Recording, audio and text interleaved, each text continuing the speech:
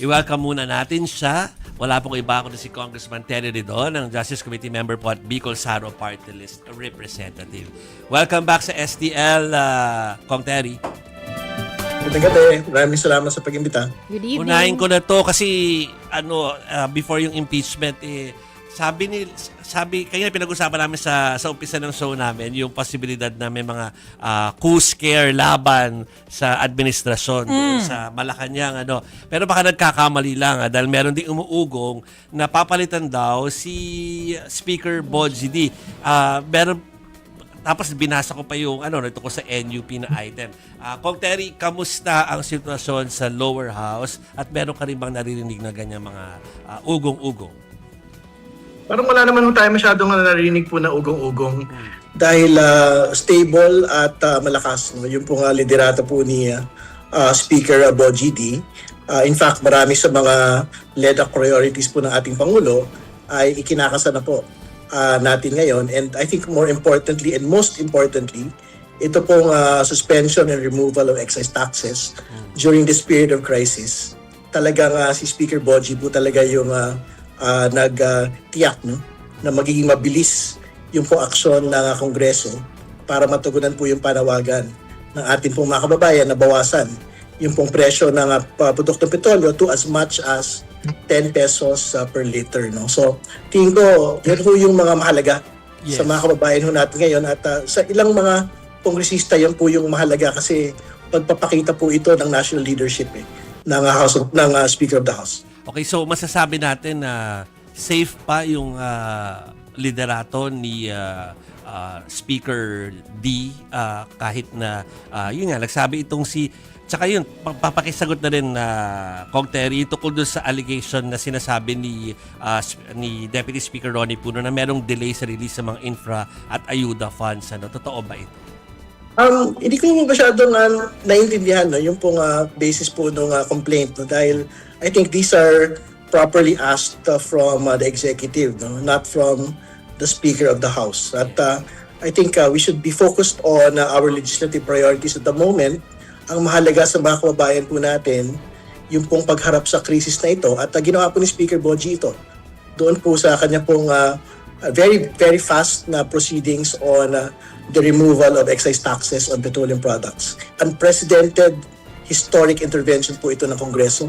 At hopefully, by the next 2 weeks, ay magbenepisyo na po yung mga kababayan natin as soon as it gets signed into law by the President.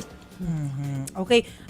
Kong, pwede bang, lilihis na ako ng topic, pwede bang pakipaliwanag sa amin ito pong nabanggit ninyo na baka yung House Justice Committee i-reject yung dalawang abogado ni Vice President Sara Duterte, si Attorney Michael Powa at si Attorney Reynold Monsayak. Ano po bang basis natin dito and dire-diretso, tuloy na ba yun, Kong? Well, unang sa lahat, hindi yung mga ordinaryong abogado. Si Mr. Reynold Monsayak at si Mr. Michael Powa. Ito po ay mga matataas na opisyal.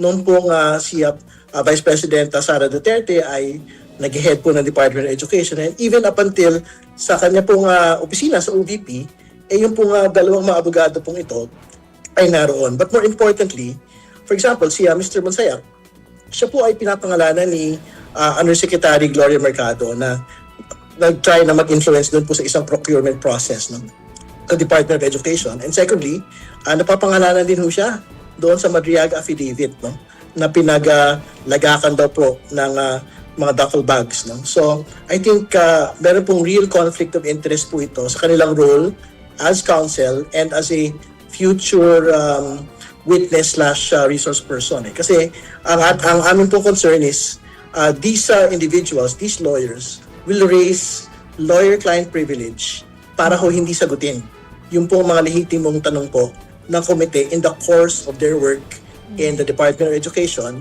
and in the Office of the Vice President. Pero syempre, ang concern dyan, kung paano yun makaka-apekto dun sa defense team ni VP Sara? Baka hindi ba yun unfair for her on her part? Well, I think we have seen the list of the lawyers. They have 16 lawyers. Tingin ko yung 14 po na matitira, we have no objections on them. So, think the Vice President can still competently get legal advice from the remaining 14 lawyers po that will not be rejected ng atin pong komite. And very clear naman ho yung pagkakaiba. Talaga hong high-level officials po ito in the OVP and the Department of Education na ang atin po talagang fear, they will raise client confidentiality as a basis to reject interpellation and questions by committee members. Kasi posibleng mapatawag din yung dalawa. Yeah. Hindi, si Mr. Mansayak, certainly, absolutely certain.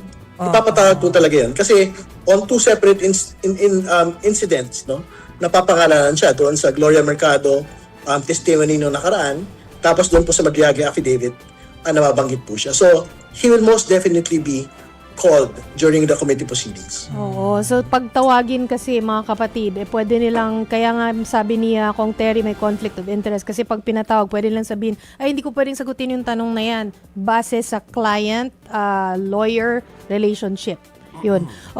Kong Terry, ngayong araw, no, ay nag-submit na o nagbigay na si VP Sara ng kanyang reply dun sa impeachment complaint nga, or complaints, no? Dalawa kasi yun. Ano na po ang inaasahan natin? Ano po yung next steps? Kasi sa pagkakaalam ko sa April 8, yung ano ba yun? Parang sufficiency in grounds? May hearing ng sufficiency in grounds or something like that. Ano po yung next steps na po? Naabangan po natin. Pero sa lahat, think ko muna yung answer at hotel. Napuputol po kayo, Kong. Sorry, Kong. Pakiulit po, Kong. Napuputol po. Sige, go po, Kong. Okay, I think yung po siya ng ating pangalawang Pangulo, DA Naku, Di No, ko ibig sabihin, wala. siguro ayusin muna natin yung... Congressman, so- ayusin lang po muna namin yung inyong linya ha. Sayang naman yung explanation, hindi lang po namin maunawaan. Ayusin natin para Oo. maintindihan natin Yung proseso. Sagot. Oo, yung proseso. Kasi sumagot na po What's kanina. next? Oo, si VP Sara, 'di ba? Oo. 4:30 ng hapon, last minute nga. O, hindi naman masyadong last minute, may the rest of the day pa naman. Pero I mean the last day. Bago magsara. Oo, bago magsara. Yung Ngayon office. kasi yung deadline, di ba? Oo. Alam natin sa April 8 may parang sufficiency in grounds. Tanungin natin, ano ba tong sufficiency in grounds? Ano ba difference niya sa Oo. sufficiency and substance? Ano ba yan? Di ba? Oo. Kasi yung form, alam natin, punctuation mark. Oo.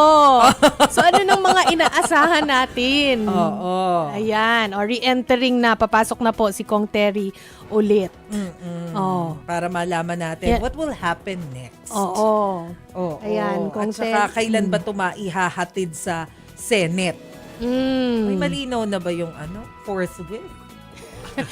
Di ba sabi ni SP Soto dati, kapag naman daw dumating sa Senado, forthwith is forthwith daw. Ayan Action na si daw Kong agad. Terry. Kong Terry, sorry Kong Terry, hindi namin naintindihan sagot nyo kanina. So April 8 po ay sufficiency in grounds. Ano po itong sufficiency in grounds? And anything in between, naaasahan po namin. Well, una sa lahat, pag-usapan muna natin yung answer at cautelam Yes, ni please. Vice President Sara. Nabasa na ho namin yun kanina, and it is actually a non-answer. Ibig sabihin, hindi po sinagot ng ating pong pangalawang Pangulo, point by point, yung pong mga grounds po ng dalawang impeachment complaints. Yun yung una. Ang sinasabi niya, meron daw pong due process violation laban ho sa kanya. At pangalawa, basically questioning the proceedings.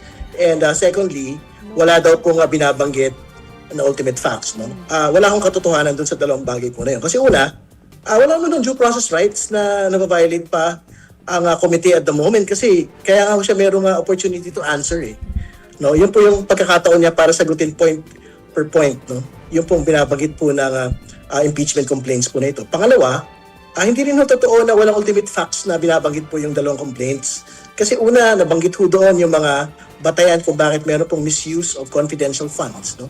Pangalawa, binanggit ho doon yung batayan bakit ho talagang impeachable offense yung pong death threat against the President, the First Lady, and the former House Speaker. Pangatlo, meron pong exposition po doon sa proceedings ng SALN Unexplained Wealth ng atin pong pangalawang Pangulo. So, ito po yung mga ultimate facts na hinahanap po nila.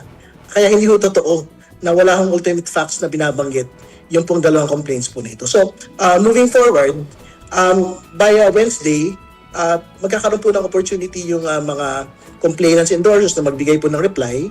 At kung magre-reply sila, the Vice President will be given an opportunity to do a rejoinder. And by around April 8 or earlier, pwede ho magkaroon na po ng determination of sufficiency in grounds and we can proceed to hearing proper na po. Ano po itong sufficiency in grounds, Kong Terry?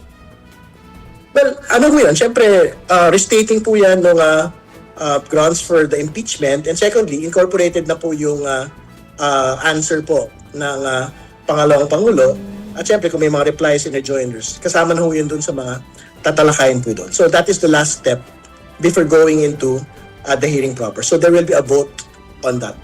Oh, okay. So sabi niyo po pala na April 8 or before, mapapadali po ito kung hindi na magbibigay ng rejoinder si VP Sara. Tama po ba?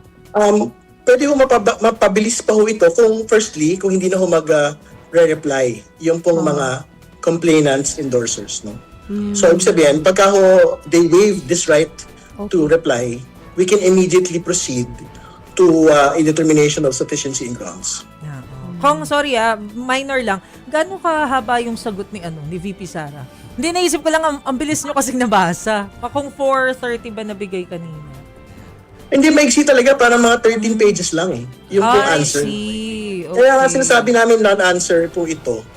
And wala ko talagang batayan. Yung mga sinasabi ko nila na, ang sabi nga ko natin, it seemed to be a confused understanding of due process rights and yung usapin po ng ultimate facts. No? So, anyway, that is the answer and then we will proceed accordingly po in the next couple of days.